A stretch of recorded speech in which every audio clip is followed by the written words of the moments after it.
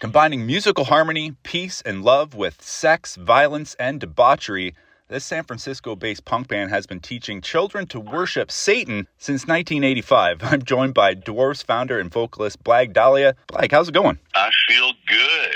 Thank you for calling. Glad that we could connect here. We'll jump right into the latest news with the band here. You got a very exciting release that's coming out for Record Store Day 2025. Yeah, it's a bunch of never-before-heard recordings from the session before we did the Blood, Guts, and Pussy record. It's got a lot of that material and some other stuff, but these are totally different versions that were recorded with the whole band in the room at the same time with a PA.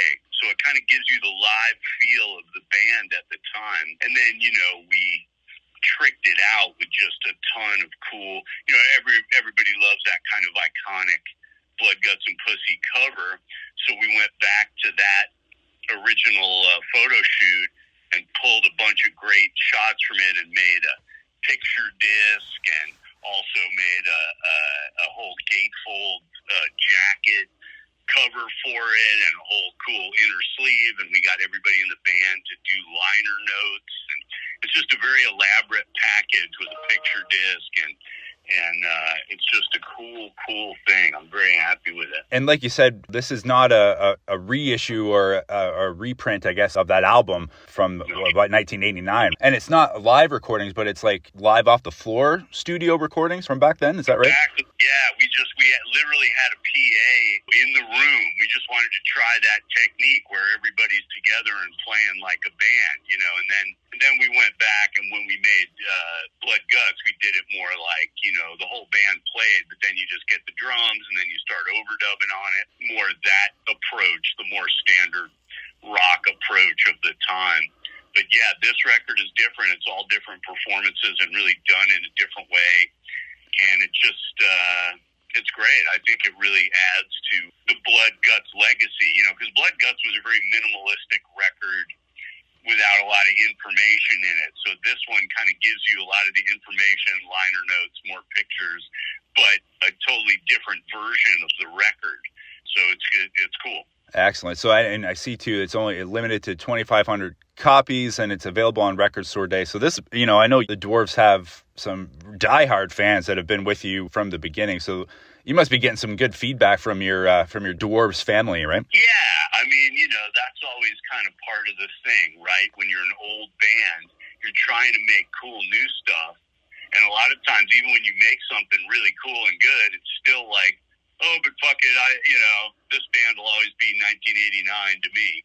So for the people who feel that way, here's another record for you of new stuff. You mentioned too that there's kind of some never before seen images and photos in it, but and it's from great photographers from back in the day, Michael Lavine and Charles Peterson. Maybe talk to me a little bit about that, like going back on how they created this work and what they did for you guys. Michael Lavine was just a great rock and roll photographer of the time. Not like the guy, and basically, him and Charles had different approaches. So Michael was more of a studio guy and would set up a good studio shoot. Took a lot of pictures of bands, but he also took all kinds of pictures of models and different kinds of people. And Blood Guts was the first time I ever met him.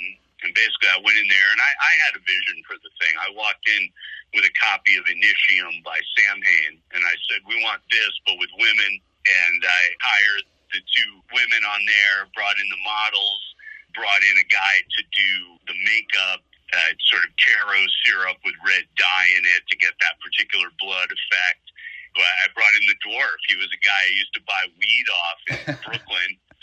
And so this was during the period when I had lived in New York a few years before. So I knew the guy from there. And so I really kind of art directed and set up the entire thing.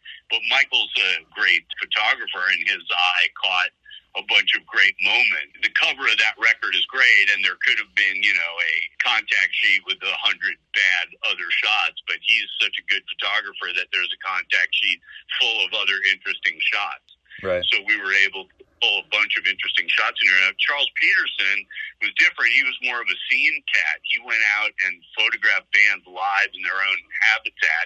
And he had a very action-packed kind of style. He liked to catch motion in his stuff.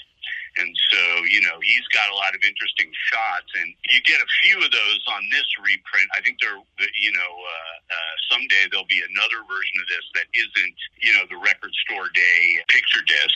And that one will probably have more of the live shots that Charles took, because Charles did a bunch of great stuff, took a lot of great shots of us. But, space is limited on these things, but this thing is just full of great photos and a lot of cool stuff. And so it was really cool to work with both of those guys. And yeah. Sticking on the topic of the photography, and you mentioned too that you were the art director for that aspect, but that combination of art and music, and where does photography and the artwork for albums and stage design, that sort of thing, where does that artistic element fit with music and fit with what a band like Dwarves want to put out? It's a good question. I mean, I think for me, I wanted a cover that looked arty and cool. I didn't want it to be like, there's ways of shooting naked women where it's very like Playboy magazine airbrushed, and ways of doing it where they're supposed to look sultry and sexy. And I really didn't want that. I wanted the nudity and I wanted the humor of the dwarf, but I wanted like a dramatic shot. And he certainly delivered that. I mean, the larger question, how does art interface with music? To me, it's all holistic, right? It's all part of the same thing. Music, albums, live performance, photography, illustration, band photos, and then also the layout, just the layout of a record. Does it look bold and big?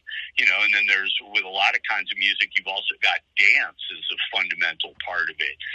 With punk rock, it was more a slam dance or not dance. Right. But I think all art kind of coalesces at different points. And I think the nature of that cover made people take a hardcore punk record a little more seriously than they might have.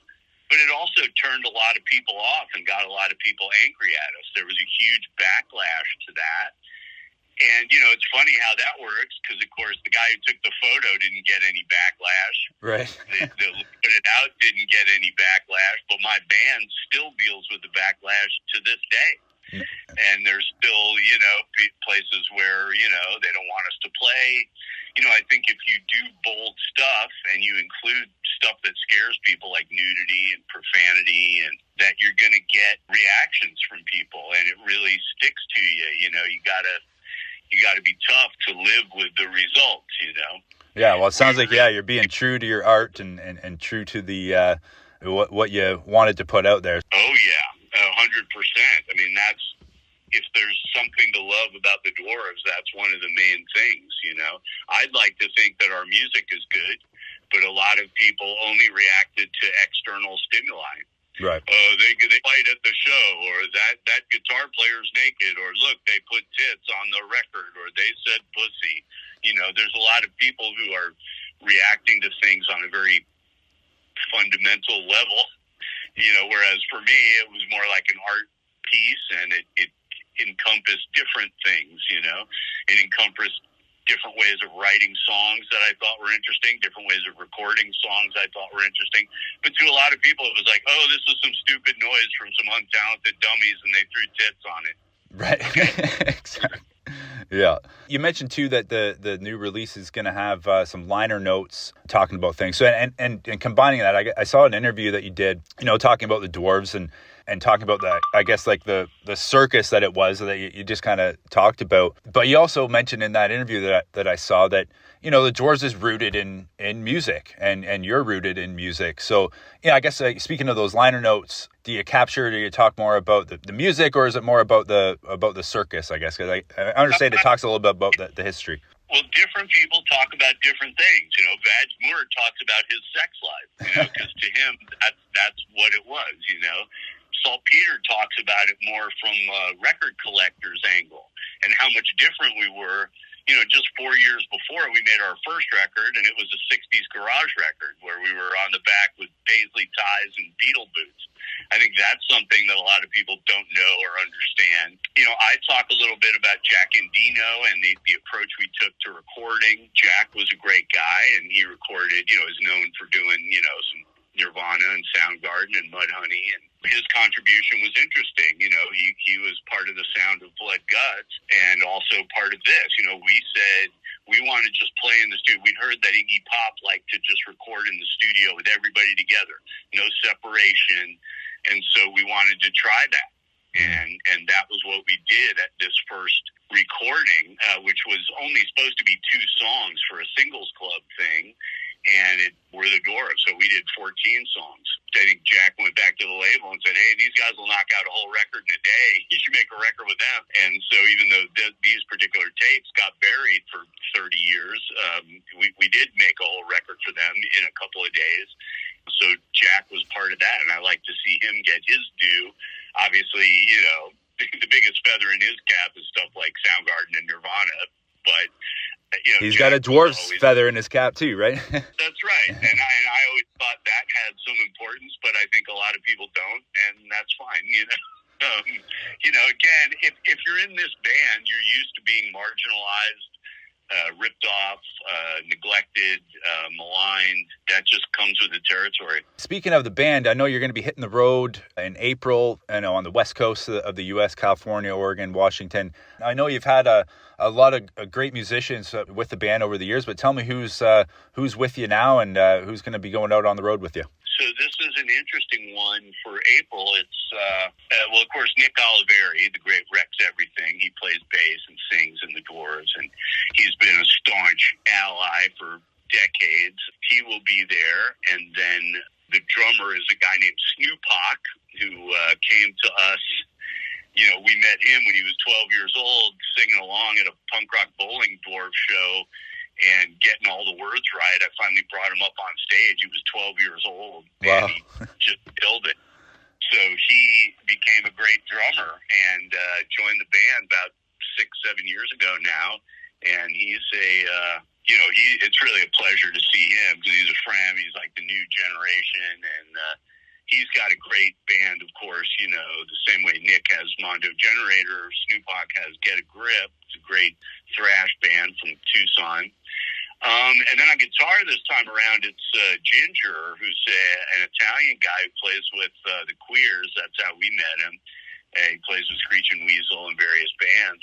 This will be his first tour with us, so that'll be interesting. It's going to be fun. There's just so many stories, so many, controversial moments and just the evolution of the band in so many years, I guess, right? But I did find one that was related to Canada, and I wanted to bring this up and kind of get your take on it. But there's so many different tidbits and trivia out there. But from what I understand, the 2000 film, Me, Myself, and Irene, starring Jim Carrey, who was born in Newmarket, Ontario, just a couple hours north of us.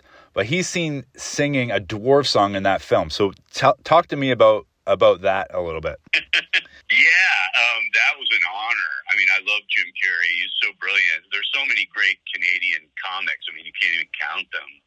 It's really just so many great people. And yeah, in that Jim Carrey movie, he plays 2 different characters. One is a nice, mild-mannered guy. The other is kind of a schizophrenic, crazy guy. And the schizophrenic, crazy guy is screaming along to the song Motherfucker, which has a bit of like Surfing Bird and that kind of stuff in it. And so I was in the theater and saw him do it, and I just freaked out. I was like, wow, this is crazy, So it was just an honor, And the record label tried to steal the money from us, but we wound up getting it eventually. And so it all turned out well in the end. But yeah, big Jim Carrey fan and honored that he did that. Other things happened to us in Canada.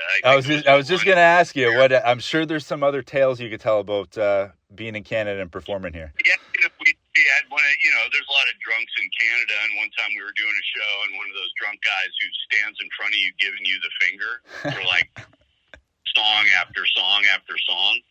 Finally, I got sick of it, and I took my microphone and swung it at him, and he actually picked up his hand with the beer bottle in it, and it shattered the beer bottle and fucked up his hand bad. He just screamed out, came up, got about 6 inches from my face, and stabbed me with that beer bottle, and almost cut my jugular vein. I had to go to the hospital. It was a whole thing. Oh my God. He must have just been visiting. He couldn't have been a Canadian. No, apparently it referred to him, and I'm not kidding you, as a newfie. So I'll leave it at that. Oh, okay. Okay. Yeah. No need to go into further detail there. Oh, that's amazing. Yeah, you always meet some assholes and weird people everywhere you go. So that was interesting, getting stabbed. I think there have been a few weird Canadian things. I think one time we played there with the Dropkick Murphys. I think maybe it was in Alberta somewhere, and somehow the show got canceled, and so we all just played out in the parking lot. Oh, right. There was a shitload of fans there, and they wanted us to play, and we just kind of started jamming out in the parking lot. I can't remember exactly how it went down, but I remember being there with the Dropkicks, and I think Canada, always. I mean, we were just there a couple months ago in Vancouver, and I had a great time. We hadn't been there in a few years, and I love Canada. I love the people there. I just think it's a great place full of great people. Except for that fucker that stabbed you, I guess, at that show, right? Yeah, well, I mean, he got hurt himself. I doubt his life has been terribly interesting, but you never know. Right on. One day you're a drunk idiot at a show, and the next day you're a great family man with a job. People change. I would imagine probably still an idiot, but you never know. Yeah, I wouldn't doubt it. But Blag, I'll tell you what, thank you very much for taking the time with me. We're definitely excited to check out your release for Record Store Day. So for all the details and for all the shows coming up for Dwarves, just head to thedwarves.com. Blag, thanks for taking the time with me today. My pleasure, bud. Send me a link when you get this, huh? You bet.